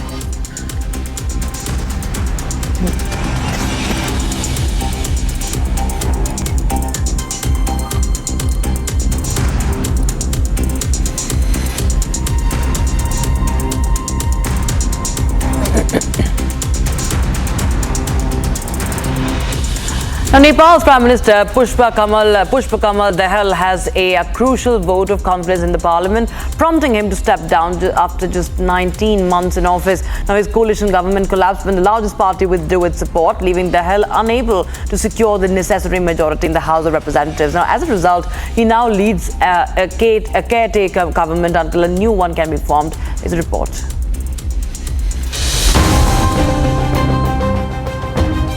A political storm has taken hold of Nepal.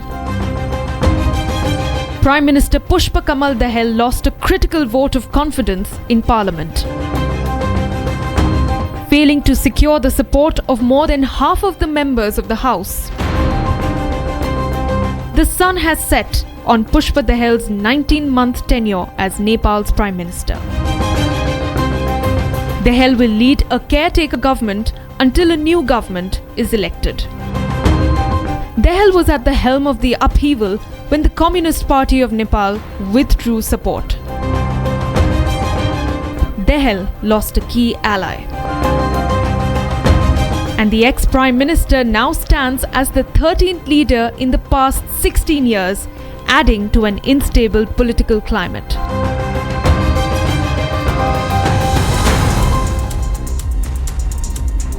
Now, in parts of Europe, rising temperatures have sparked alert warnings. From Romania to Russia, Europe is battling a severe heat wave crisis with temperatures soaring up to over 44 degrees Celsius, with the meteorologists predicting temperatures to rise even further in the next few days. Now, the soaring temperatures have forced people to stay indoors, disrupting businesses across Europe. Parts of Europe are reeling under severe heat waves that have sparked several alert warnings. In Romania, temperatures soared up to 44 degrees Celsius. A red alert for extreme heat has been issued for parts of the country. Commuters are struggling to travel in buses and trams without air conditioning and are using umbrellas and hand fans to fight the heat. Cel mai dificil este momentul în care te afli în zone deschise, unde nu este niciun fel de umbră și acolo, într-adevăr, simți dogoarea asfaltului așa cum îți dă în față. În rest, nu e atât de dificil cât timp te miști. E suportabil. Bine, special mi-am cumpărat acum și ochelari de soare și șapcă, tocmai ca să mai reduc cât de cât efectul căldurii soarelui nu mă încing foarte tare. People were also seen cooling near fountains in central Bucharest to beat the heat. Voi avea mai multă grijă, probabil o să aplic și cremă de soare și voi încerca, am mereu apă la mine, în caz de orice mă opresc undeva la umbră, iau o pauză, încerc să nu mă supra-solicit. Nu știu cum o să fie, probabil mai nasol decât până acum, că am înțeles că temperaturile vor fi și mai ridicate. Asta este, încercăm să supraviețuim, deși în mod normal ar trebui să încercăm să facem ceva să combatem situațiile astea, să nu se mai întâmplă. In Kosovo's capital of Pristina, temperatures reached 36 degrees Celsius, resulting in people preferring to stay indoors, with the streets and bars wearing a desolated look. Për momentin ku është shumë nxehtë, sidomos gjatë ditës, temperaturat po rriten edhe është shumë në dëm të biznesit, se në këtë nxehtë edhe njerëzit nuk dalin, edhe na dëmton shumë neve në biznes. Mbas dite pak kemi punë, sidomethënë prej orës 8:30 deri në orën 10:30 të mbrëmjes, a kështu gjatë ditës 5-7 si hapim lokalin deri në orën 12 të natës. Neve punojmë vetëm 3 orë gjatë ditës për shkak të temperaturave të natës. The heat wave is expected to continue for several days and temperatures are expected to rise further. Experts blame human-induced climate change behind rising temperatures, increasingly unpredictable storms and heat waves. Hello, Moto. All right, getting an alert, getting a news alert from China where the situation is grim. You can see the visuals coming in. The continuous heavy rainfall has triggered landslides and floods with round-the-clock evacuation operations underway. The Met Department has in fact predicted more rainfall over the next few days and over the next 72 hours, according to China's Met Department. Or the Chinese Meteorological Administration. More heavy rainfall with locally very heavy rainfall is still forecasted over central China. So you can see the roads have been waterlogged, the buildings submerged, and many of the cities have been flooded.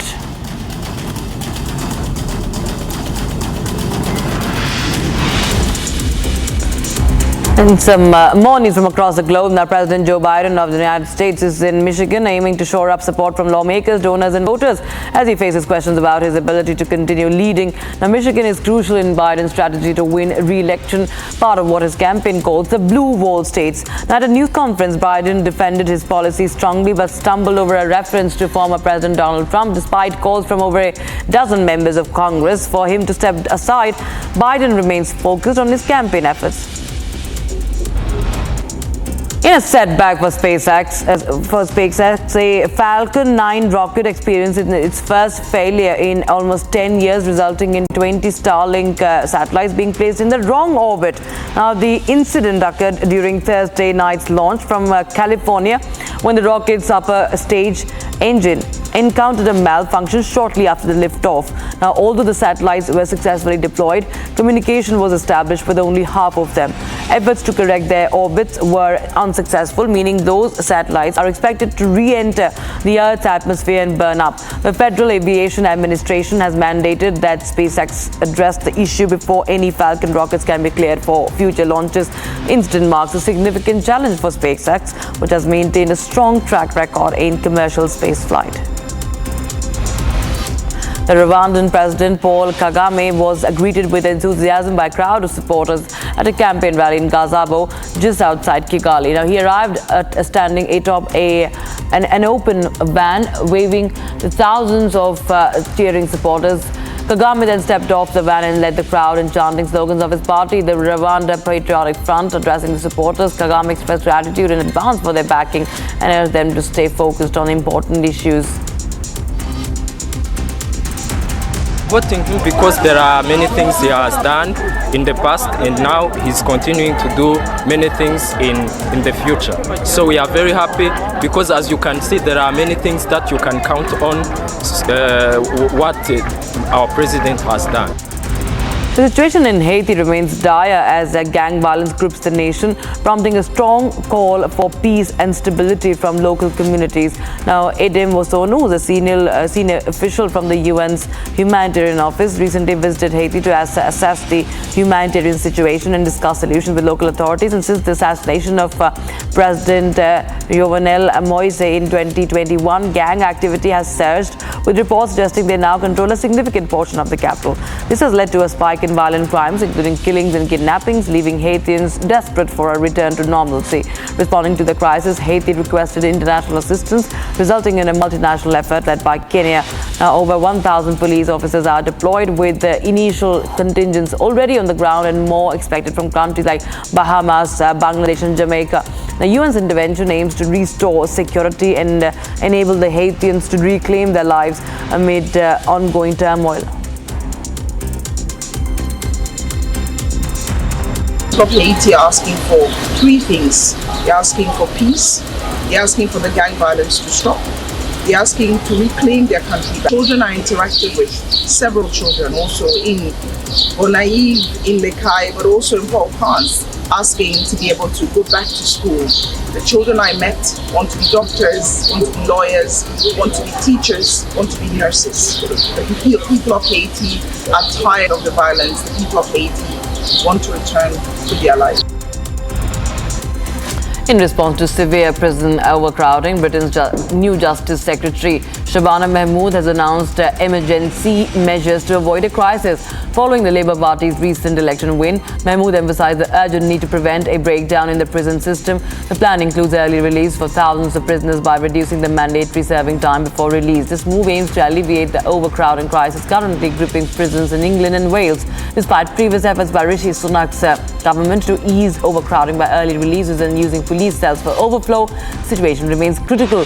The Institute for Government highlighted that despite falling crime rates, the prison population has doubled over the last 3 decades, partly due to the longer sentences imposed in response to public pressure for tougher crime policies.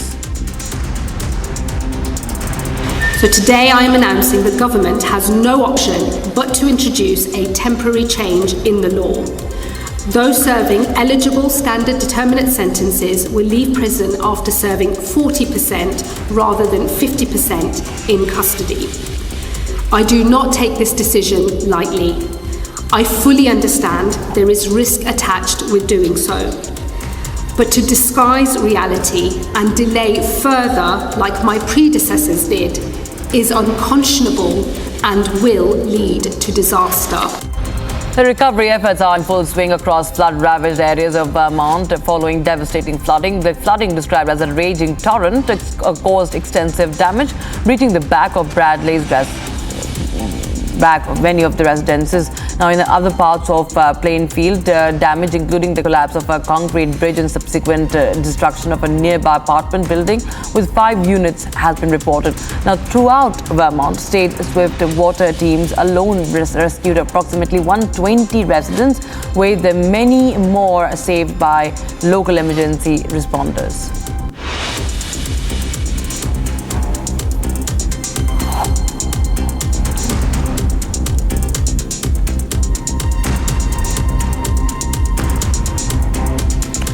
The landslide in Nepal has destroyed lives and livelihoods. At least 60 people are missing as 2 buses swept into the river after a landslide. Nepal is facing heavy to very heavy rainfall currently. Is a report.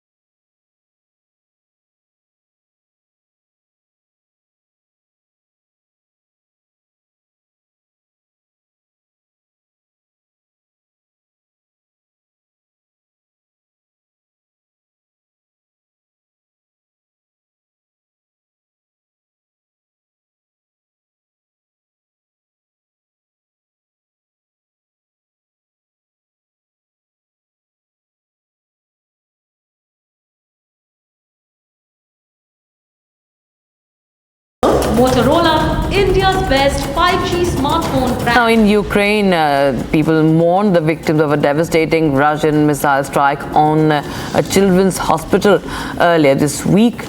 Now the attack, part of Russia's heaviest bombardment on the Ukrainian capital in 4 months, inflicted severe damage on the hospital, traumatizing families and critically affecting young patients already battling life-threatening illnesses. And the Director General of the hospital, Volodymyr Zovnir, addressed the gathered staff and mourners, acknowledging the profound grief that unites them in solidarity. The 10-story hospital, which serves as Ukraine's largest medical facility for children, was caring for 627 patients at the time of the attack. It's reported by Viktor Lyashko, who is Ukraine's health minister. And during the commemoration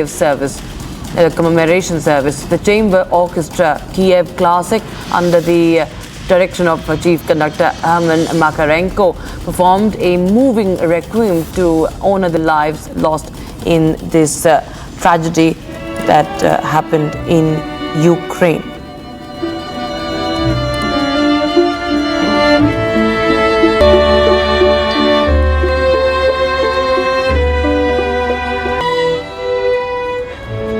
Adi.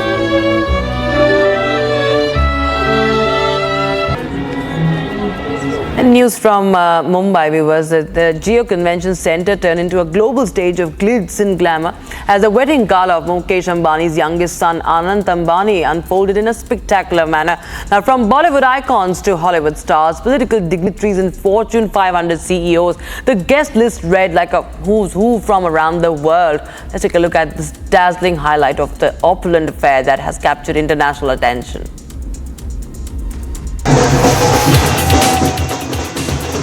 Mumbai witnessed a dazzling spectacle as global luminaries gathered at the Jio Convention Centre.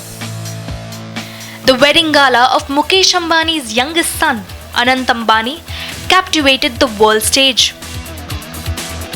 Renowned for its opulence and star-studded guest list, the wedding ceremony drew global attention. Celebrities from all spheres descended upon the Jio Convention Centre. Bollywood icons including Bachchans, Kapoors, Katrina Kaif, Vicky Kaushal, Deepika Padukone, Priyanka Chopra and Alia Bhatt graced Anant Ambani and Radhika Merchant's wedding.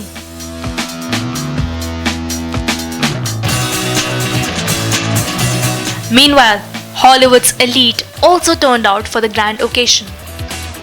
A unifying theme was everyone adorned in the grandest Desi attires for this spectacular event. The Kardashians captured the limelight during the festivities.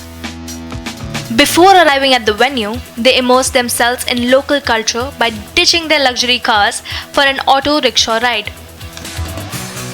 Sporting broad smiles and sending flying kisses, Kim and Chloe cruised Mumbai's bustling streets in a tuk-tuk rickshaw. John Cena, the international wrestling star and actor, arrived in a blue kurta, striking his signature pose. This is just a glimpse of the illustrious guest list. Political dignitaries such as Mamata Banerjee, Lalu Prasad Yadav were also in attendance. While global figures like former UK Prime Minister Tony Blair, Boris Johnson, former US Secretary of State John Kerry, and former Canadian Prime Minister Stephen Harper added to the international flair. The list continues with Fortune's 500 CEOs like Samsung's Han Jong-hee participating in the grand affair. The night also featured futurist Peter Diamandis, artist Jeff Koons, and self-help guru Jay Shetty, all converging under one roof. Anant Ambani's wedding is set to be etched in history as one of the world's most extravagant ceremonies.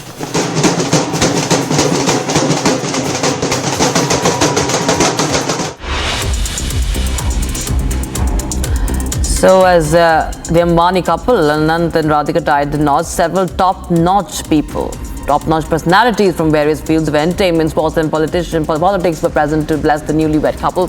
Kim Kardashian and her sister Khloe made a stunning entrance at the wedding along with other couples from the entertainment industry who arrived at the venue in the grand style. Meanwhile, the Ambani family also posed together, all dressed in traditional attire. Anant Ambani's outfit was adorned with floral motifs and an elephant brooch on his kurta, symbolizing the Vantara initiative for wildlife. Nita Ambani donned a traditional lehenga sari and carried a Lord Ganesh idol with a diya to seek divine blessings for her son's big day.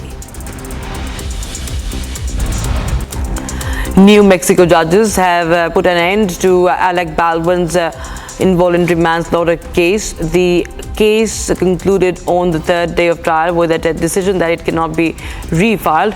The judge dismissed the case with prejudice due to police and prosecutors' misconduct in withholding evidence from the defense regarding the shooting of cinematographer Halyna Hutchins on the set of the film Rust. He became emotional as the final result of the case was announced.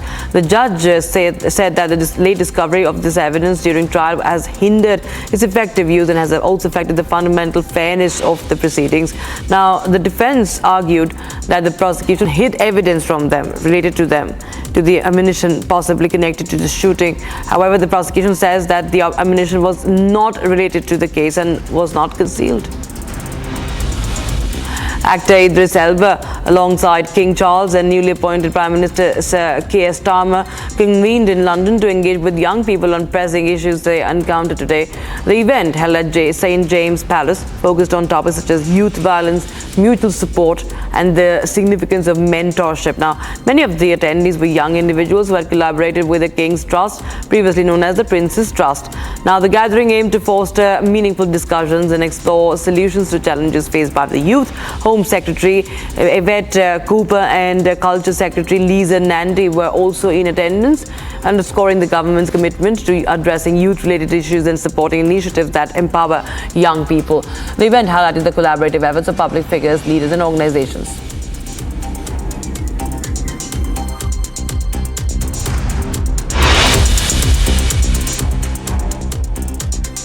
The SpiceJet Slapgate case is gaining momentum. Questions now being raised as to why a female CISF personnel was not present at that very gate from where the SpiceJet female staffer was wanting to enter and go ahead and do her work. Two versions continue from SpiceJet as sexual harassment being done by a CISF personnel, and the second version of the CISF as calling the woman being an unruly manner, abusing and slapping officer on duty. Stay tuned, viewers. We will continue with our rolling coverage in this very case after this short break.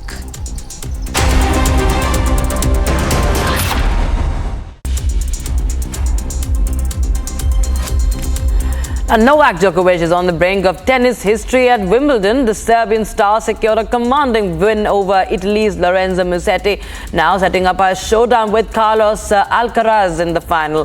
Djokovic's pursuit of an eighth Wimbledon title continues to captivate fans and challenge records. The report. At centre court, Novak Djokovic displayed his championship form against Lorenzo Musetti by defeating him. The Serbian maestro, aiming for an eighth Wimbledon crown, dominated the match with skillful rallies and strategic plays. Obviously, I'm aware that Roger holds eight Wimbledons. I hold 7. The history is on the line. Also, the 25th potential Grand Slam, and of course, it serves as a great motivation, but at the same time, it's also a lot of pressure and expectations. Every time I step out on the court, now, even though I'm 37 and competing with the 21-year-olds, I still expect myself to win most of the matches, and people expect me to win, 99% of the matches that I play. So, I always have to come out on the court and perform my best in order to still be at the level with Carlos or Yannick or Sasha or any of those guys, Daniil. And this year hasn't been that successful for me. It's probably the weakest results the first 6 months I've had in many years, and that's okay. I had to adapt and accept that and really try to find also way out from the injury that I had and kind of regroup. And Wimbledon, historically, there's been seasons where I wasn't maybe playing on a desired level, but then I would win a Wimbledon title and then things would change. Djokovic took control early, breaking Musetti's serve in the first set to secure a crucial advantage. Despite a spirited fight from Musetti, Djokovic's experience and resilience proved decisive. In the second set, Musetti briefly took the lead. However, Djokovic responded by clinching the set in the tie-break with a perfectly executed volley smash. Entering the third set, Musetti fought hard, saving multiple match points and earning a break point late in the set. Yeah, I mean, exactly. I feel, of course, a little bit sad about the match today, but how it went. But I have to say, Nole, I think I played a really incredible match. He showed that he's really in great shape. I think not only in tennis, also physically.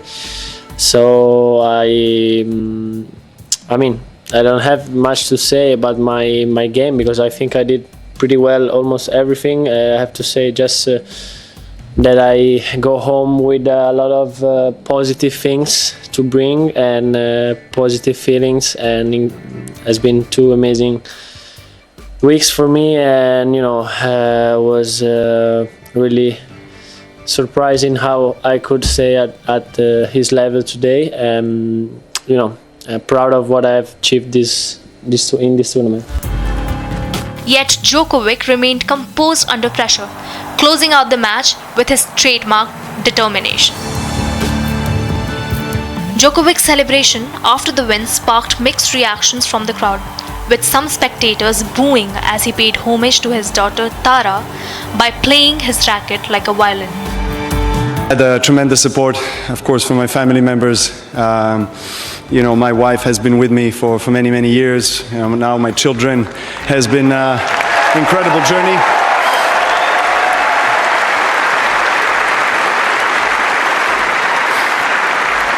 It has been an incredible journey, so I try not to take it for granted. Obviously, every single time I find myself on this unique court, I really try to enjoy it. With this victory, Djokovic advances to his 10th Wimbledon final, poised to become the oldest champion in tournament history if he triumphs in today's showdown against Carlos Alcaraz.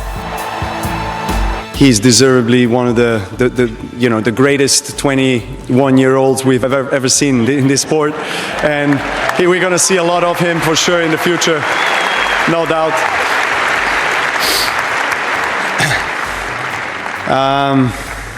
He's going to win many more Grand Slams, but maybe hopefully tomorrow, in 2 days, maybe not this one, but in the future, when I retire in about 15 years. Of course, I'm joking.